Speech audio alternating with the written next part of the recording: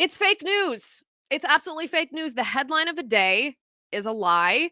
And perhaps this shouldn't surprise us in the least, given that this headline was generated by The Atlantic. Yes, The Atlantic, the same organization whose editor-in-chief, Jeffrey Goldberg, is a notorious anti-Trump liar. Well, today they're trying to take down the Trump administration again with the following headline. Their story reads, a quote-unquote administrative error sends a Maryland father to a Salvadoran prison. The subtitle reads, the Trump administration says that it mistakenly deported an immigrant with protected status, but that courts are powerless to order his return. Well, if that were true, that would be kind of a big deal, wouldn't it? Oh, that's as far as the Atlantic hopes you read into this story. They go on to say the Trump administration acknowledged in a court filing Monday that it had grabbed a Maryland father with protected legal status and mistakenly deported him to El Salvador, but said that U.S. courts lack jurisdiction to order his return from the mega prison where he is now locked up. The case appears to be the first time, the Atlantic says, that the Trump administration has admitted to errors when it sent 3 plane loads of Salvadoran and Venezuelan deportees to El Salvador's grim terrorism confinement center on March 15th. Okay, so let's stop right there and talk about what this story is. This story is the exact same playbook that the left uses every time the Trump administration does anything related to immigration. This is a playbook that the left used during the first Trump administration. Every time there was a border security bill that came before Congress, anytime there was a criminal illegal alien who committed a crime, anytime there was even the whisper of a deportation that would happen, we would suddenly get inundated with pictures of little children wrapped in tinfoil. Oh, they're putting children in cages, we were told, even though it was the Obama administration that did that first. We were told, we were inundated with images of horses, Border Patrol agents upon these horses, whipping their reins of these horses. And we were told, oh, they're whipping the migrants. Well, no, they weren't. They were simply using the rein to turn the horse, because this is a maneuver that anyone who knows how to ride a horse knows is how you direct a horse. It's how you drive the horse, if you will. Well, the mainstream media has tried this over and over again, and they've been very successful using this tactic until the day after President Trump's second inauguration. If you'll travel back just 2 months with me, remember that the day after President Trump's inauguration, he began mass deportations. Tom Homan went to Chicago. They went to Boston. ICE began rounding up violent criminals who were also illegal aliens and deporting them from your neighborhoods, your communities, your schools, so that you can be safe, so that our cities are not overrun with illegal aliens. And what the mainstream media did is they immediately posted this video of a woman at the border, a woman who was holding up her phone and crying copiously. She said, you know, the CBP One app has canceled my appointment with Border Patrol. I made this long and arduous journey all the way to the southern border, only to find that the Trump administration has closed down this app. And it might have worked. This tactic might have worked in years past, but the Trump administration, this new administration, deployed a tactic different than they had ever used before, called pre-bunking. They deployed a tactic where when they were carrying out these deportations, they simultaneously embedded honest journalists like Dr. Phil, for example. Dr. Phil went on the ground with ICE in Chicago, and you and I, got to see firsthand exactly who it was that the Trump administration was deporting. It's not mothers and fathers, law-abiding migrants who are here simply to seek economic fortune, a better life, to escape third world countries. No, we saw that there was a sex offender from Thailand who was being deported, an MS-13 gang member who had been convicted of murder in his homeland. Really dangerous, hideous, monstrous criminals that the Biden administration had allowed to roam free among us. Well, the Atlantic is trying this tactic again, hoping that the Trump administration will not have an opportunity to decry the story as fake news, but it is fake news. So the story of this man, Abrego Garcia, he's not a Maryland father as he's being portrayed. He was an MS-13 gang member, a ranking member of the MS-13 gang. He came from El Salvador in 2011. Now, we've used the phrase MS-13 a lot in the last year in our country because the Trump campaign, when he was campaigning against Kamala Harris and Joe Biden's mass migration and illegal immigration crisis policies, their open borders policies, President Trump made sure that we understood that voters, especially in the middle, understood who these illegal aliens are. They're members of a gang, not just an innocuous street gang, but a gang whose motto, and I quote from the Department of Justice website, the motto of MS-13 is kill, rape, control. MS-13 gang members are known to cut out the living, beating hearts of live victims just for the fun of it, just to prove that they are more brutal and inhumane and demonic than anybody else. This man, Garcia, was found by the US government to be an MS-13 gang member, and not just a gang member, but a ranking member of this gang. He was deemed by a court to be a danger to the public, and he was deemed to also be a flight risk. Now, keep in mind that this was 6 years ago. This wasn't something that was adjudicated yesterday or last week or last month or during the campaign. This was 6 years ago that a court deemed him to be a flight risk. He was given final deportation orders, and yet those orders were never carried out. Now, we should ask the question, why? Why were those orders never carried out? Well, think about what Elon Musk said when he was on stage in Wisconsin. He said the policy of the Biden administration was maximum acceptance. They wanted everyone who came to our border, everyone who came illegally into our nation, to stay here. And they facilitated a policy of maximum acceptance. So this man, this MS-13 gang member, came to the United States 6 years ago, and even though a court gave him a final deportation order because he was deemed a danger to the public, because he was deemed a flight risk, he was never kicked out of our nation. He was never deported. He is not a US citizen. He's not a US citizen, and he's not an asylum seeker that should cause you to feel sympathy for his plight from whence he came. Will Chamberlain, if you're following him on X, he is on top of this story. This is what he just tweeted. He said, "The more I read the Atlantic Maryland father case, the more ridiculous it gets. The guy crossed the southern border in 2011. He didn't apply for asylum until 2019, after he was detained at Home Depot." So how many years is that? That's 8 years. 8 years. He illegally crossed our border, and 8 years it took him to apply for asylum. Not until he ran into law enforcement and feared that he would be deported. It was only then that he thought it was necessary to tell the US government that actually he was here because he thought he'd be killed back in his home country. Well, if something seems fishy and something smells fishy, it is fishy. Liz Wolfe said he's a sheet metal apprentice. By the way, Liz Wolfe is a mainstream media talking head. He's a sheet metal apprentice who works to support a family of 5, including his autistic, disabled son. He left El Salvador when he was 16 to get away from the gangs and violence. The government has not presented evidence that he's MS-13 affiliated. And Will Chamberlain responded and said, that's his claim. He crossed the border illegally in 2011, didn't even bother trying to claim asylum until 2019, after he was detained without bond because an immigration judge found that he likely was in MS-13. The government presented evidence at that hearing. So a couple of points that need to be made today. I reject this idea that we are supposed to wait to deport illegal aliens, especially illegal aliens who are affiliated with a murderous gang. I reject the premise that we're simply supposed to wait to deport these people until they have harmed an American citizen. What are we supposed to just watch as they commit a hideous crime and be like, oh, okay, well, now that that girl's dead, now that he's raped that child, now you can kick him out? No. We know, by the way, he's also, there's this narrative going around right now that it has no criminal record. This is not true. We know of 2 crimes, at the very least, 2 crimes that he committed. First of all, he committed illegal entry into our nation, which, all other factors notwithstanding, is grounds to deport him. He violated our laws by coming to our country illegally. He crossed our border when he wasn't supposed to cross our border. And then he lived in the shadows of our country illegally for 8 years. 8 years. That's crime number 1. And then crime number 2 is he actually did have traffic violations, parking violations, to which he didn't respond.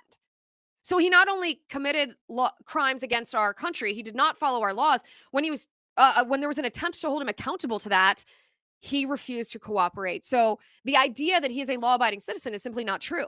He's not a citizen, and he's not law-abiding. Julie Kelly also pointed out, and I want to read this verbatim here. He married his pregnant girlfriend in the detention center. This is according to the court filing. On June 25th of 2019, plaintiff Vasquez Sura and plaintiff Abrego Garcia is the one we're talking about, this so-called Maryland father, were married in the Howard Detention Center. Plaintiff Vasquez Sura was in her third trimester of pregnancy at the time. Due to a pre-existing condition, her pregnancy was considered as high risk.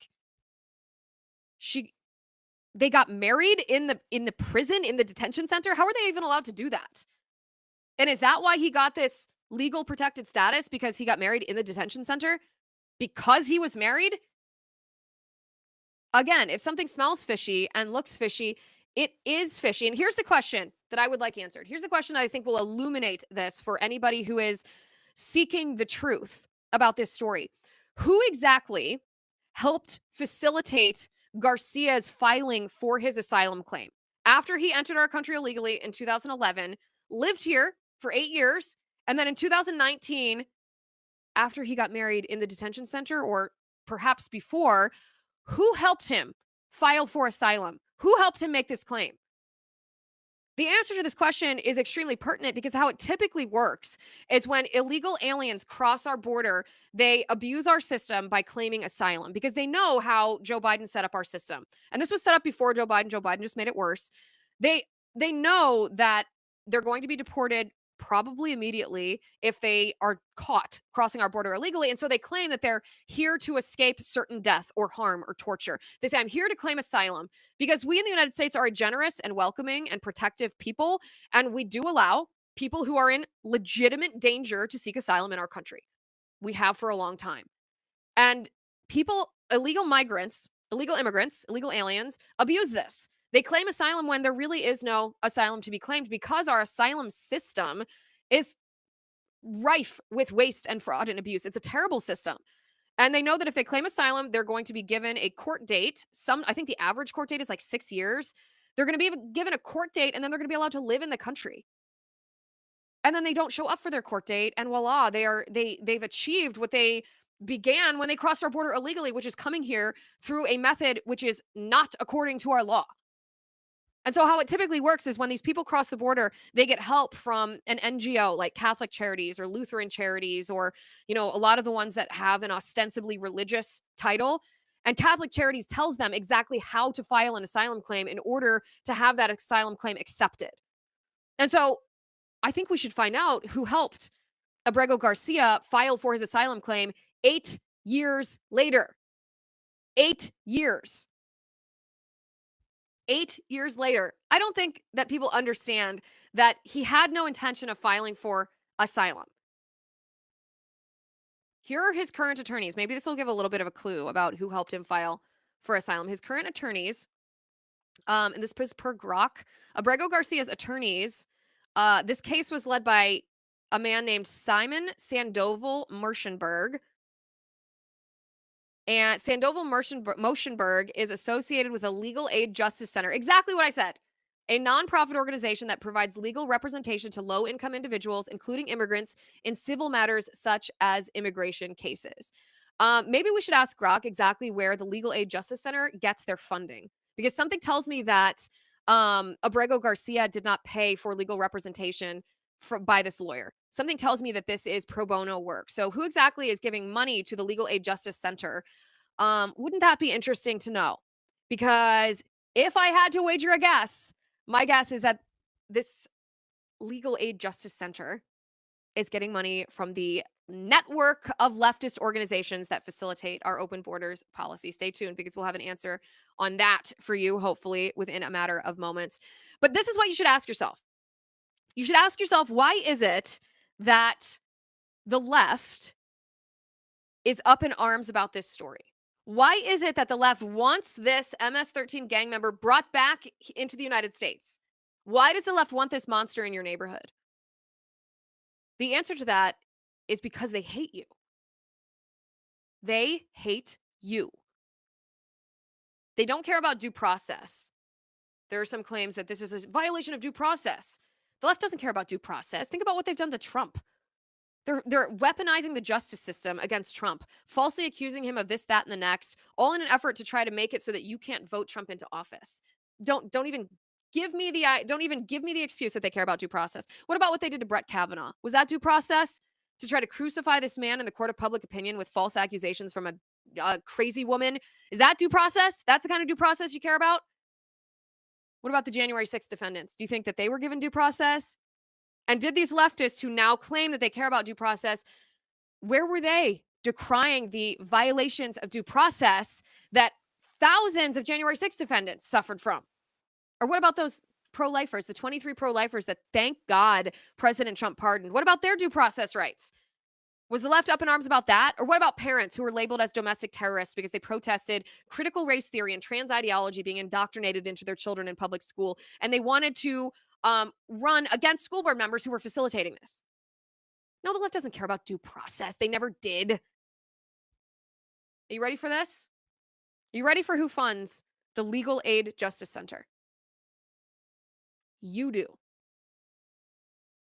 Taxpayers pay for the Legal Aid Justice Center. When you go to work, you leave your house in the morning, you stop by and get coffee, you go do your job all day, sacrificing time with your family, you come home tired because you've put in a hard day's work. Every Friday, you get your paycheck. And in that paycheck, it's never enough.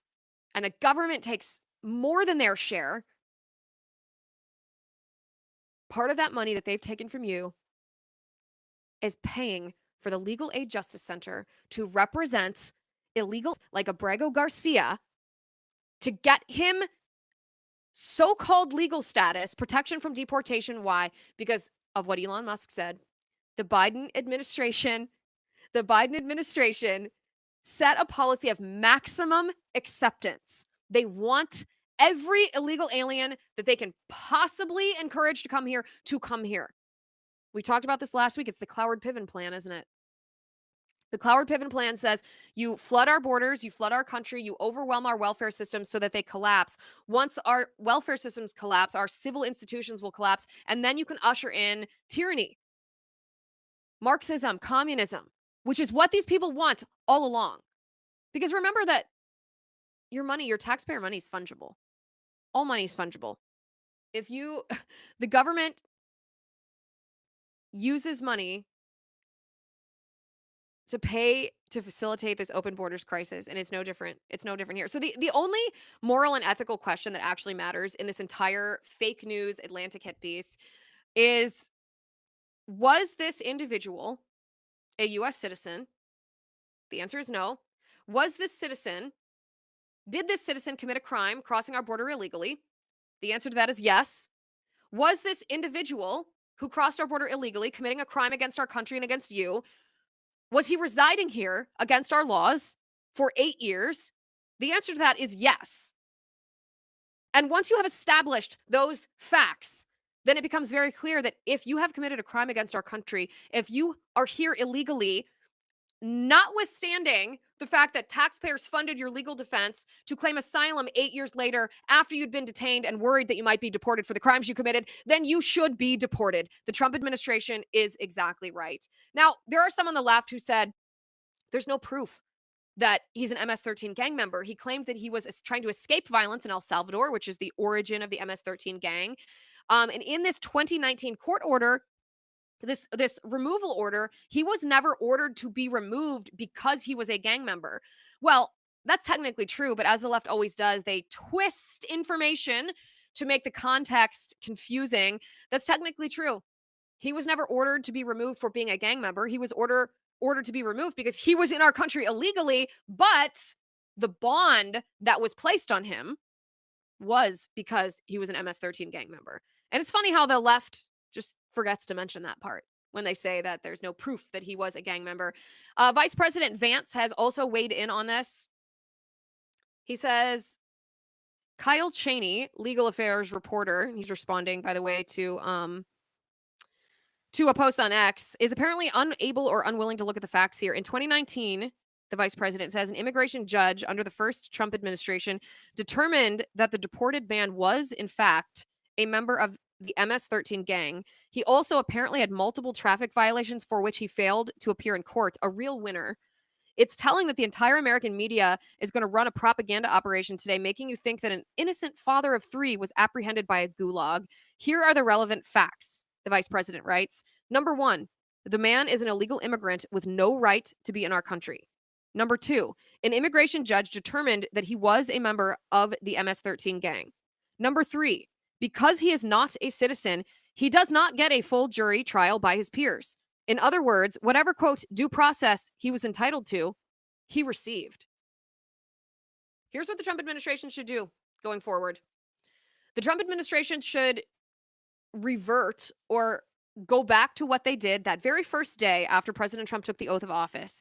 They should always accompany their actions with the video of the illegal aliens, just like they did the day after Trump took office. Because when you see for yourself who it is that's being removed and what he has done, there is simply no other option than to not only support the actions of the Trump administration, but aggressively encourage the Trump administration to do more removals just like this of people who are threatening our country, illegal aliens who have committed crimes against our country. So the Trump administration, it worked the first time when you pre-bunked these lies with visual media. It worked the first time. Let's get back to that.